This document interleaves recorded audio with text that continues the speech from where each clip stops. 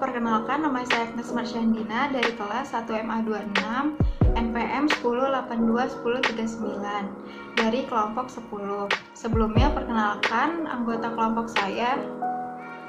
Perkenalkan, nama saya Rehan Lubis, kelas 1 MA26 MPM 1821785. Halo, perkenalkan, nama saya Salsa Fani Fujanti dari kelas 1 MA26 dengan NPM 10821861. Di sini kami akan menjelaskan tentang lead berita dan body berita.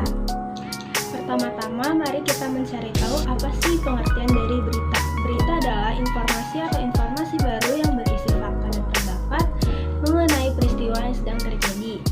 Berita dapat berupa online, cetak, siaran, dan juga dari mulut ke mulut. Lalu sebuah berita memiliki susunan atau bagian agar dapat terstruktur secara utuh dan padu. Berikut merupakan bagian-bagian dari sebuah berita. Yang pertama ada kepala atau judul berita, yang kedua ada baris tanggal, yang ketiga ada teras berita. Yang pertama ada what atau apa. Pertanyaan apa menggambarkan jawaban tentang sesuatu yang dilakukan oleh siapa.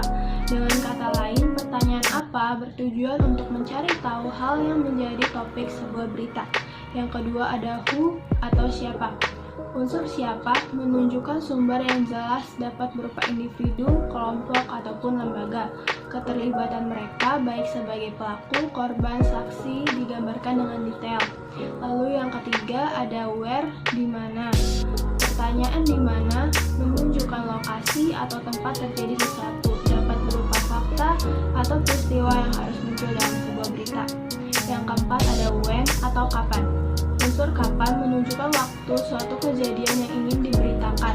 Unsur ini dapat menunjukkan waktu atau jam, hari, tanggal, bulan, dan juga tahun sesuai dengan kebutuhan suatu berita. Selanjutnya ada jenis-jenis lead berita. Lead berita terbagi menjadi beberapa jenis sesuai dengan prinsip 5W1H, yaitu yang pertama ada what lead atau teras berita apa.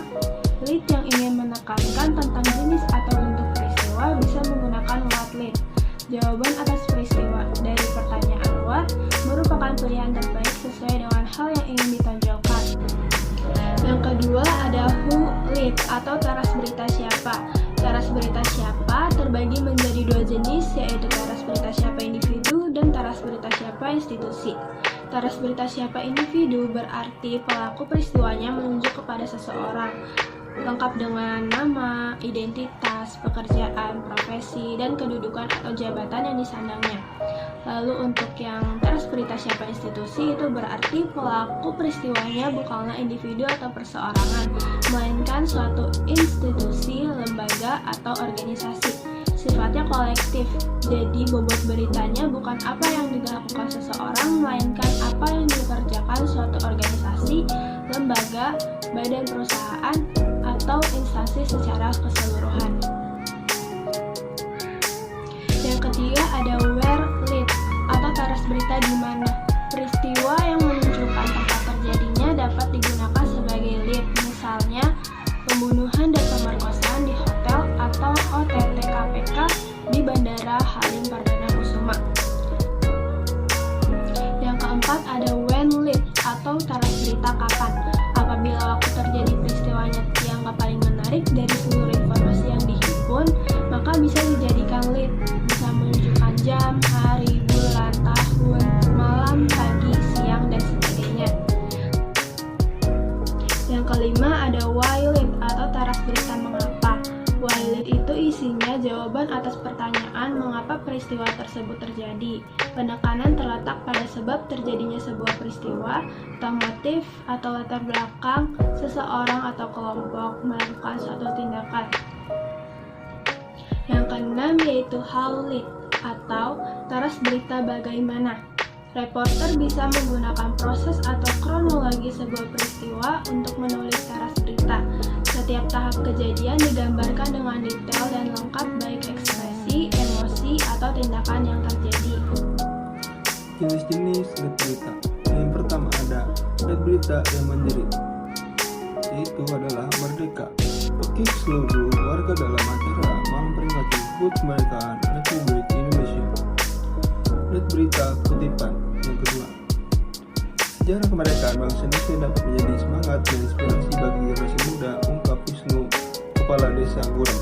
Yang ketiga, lead berita kontras. Desa Gurem yang dulu biasa dikenal sebagai ladang berseninya bibit-bibit pelajar harus penulis prestasi,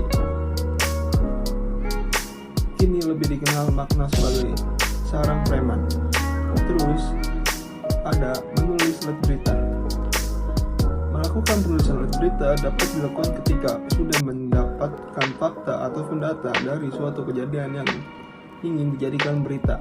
Penulisan lead berita dibuat sedemikian rupa untuk memenuhi rasa ingin tahu para khalayak dan menjawab pertanyaan yang ditimbulkan, yaitu pertanyaan yang dirumuskan sebagai 5W plus 1H. Itu adalah what, who, when, where, why, dan how.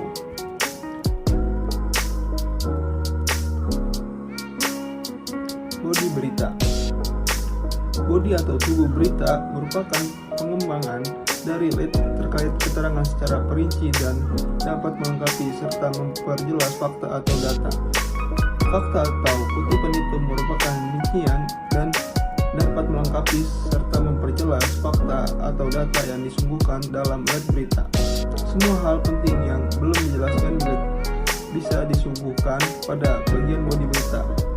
Oleh karena itu, bagian bodi berita sering disebut sebagai sisa berita. Karakter narasisnya menggunakan bahasa yang padat, jelas, dan ringkas. Cara agar bodi berita terlihat menarik. Yang pertama ada piramid. Untayan berita yang menggunakan susunan piramida pada bodi berita dimulai dari informasi yang kurang penting. Selanjutnya, hal yang penting dan diakhiri dengan informasi yang paling penting dari peristiwa yang ditulis. Yang kedua ada piramida terbalik. Bodi piramida terbalik berlawanan dengan bentuk piramida. Urutan pertama yang disuguhkan adalah hal yang paling penting, kemudian diakhiri dengan hal yang kurang penting. Yang ketiga ada kronologis. Bodi berita diceritakan sesuai dengan urutan kejadian, mulai dari awal terjadi, saat terjadi, hingga akhir dari sebuah peristiwa. Bodi yang berbentuk kronologi pada umumnya ditulis secara detail dan terperinci. Blok paragraf. Hal yang ditulis pertama kali pada bodi cerita berdasarkan pada apa yang melekat atau paling diingat penulisnya. Hal ini dilakukan jika semua informasi yang diperoleh sama pentingnya, sehingga sebagai jalan tengah, bodi awal dengan hal berkesan di benak penulisnya. Menulis bodi berita. Pada penulisan tubuh atau bodi berisi bagian pengembangan dari teras atau keterangan lebih lanjut dari teras. Salah satu teknik yang dapat dilakukan untuk menulis isi berita adalah dengan mengembangkan why dan how. Teknik ini pun biasanya memaparkan latar belakang, pemicu, penyebab, tujuan, kronologi, kutipan, ucapan dari narasumber. Di sini ada contoh penulisan bodi berita. Isi berita berupa fakta atau kutipan yang mendukung lead, menyebutkan identitas sumber informasi, mengutamakan nilai berita dan keetisan sebuah peristiwa. Bodi berita biasanya dibuat menjadi beberapa paragraf dengan kalimat 3-4 saja. Hal ini bertujuan agar para pembaca ataupun audiens tertarik serta mudah untuk dipahami. Kesimpulannya, berita adalah informasi baru atau informasi mengenai sesuatu yang sedang terjadi. Disajikan lewat bentuk cetak, siaran internet, atau dari mulut ke mulut kepada orang ketiga atau orang banyak. Secara umum, berita mempunyai bagian-bagian dalam susunannya, yaitu headline, deadline, lead, and body. Kejadian atau peristiwa yang menarik juga satu hal yang penting untuk menarik perhatian khalayak ramai untuk mengetahui tentang berita tersebut. Dan maksud kesimpulan di sini yaitu bagaimana cara penyampaian atau menampilkan berita tersebut kepada khalayak ramai untuk menarik ketertarikan khalayak berita tersebut. Sekian pembahasan lead berita dan bodi berita. Semoga yang kami sampaikan dapat dipahami. Saya perwakilan dari kelompok 10 ingin mengucapkan terima kasih. Wassalamualaikum warahmatullahi wabarakatuh. Sampai jumpa kembali.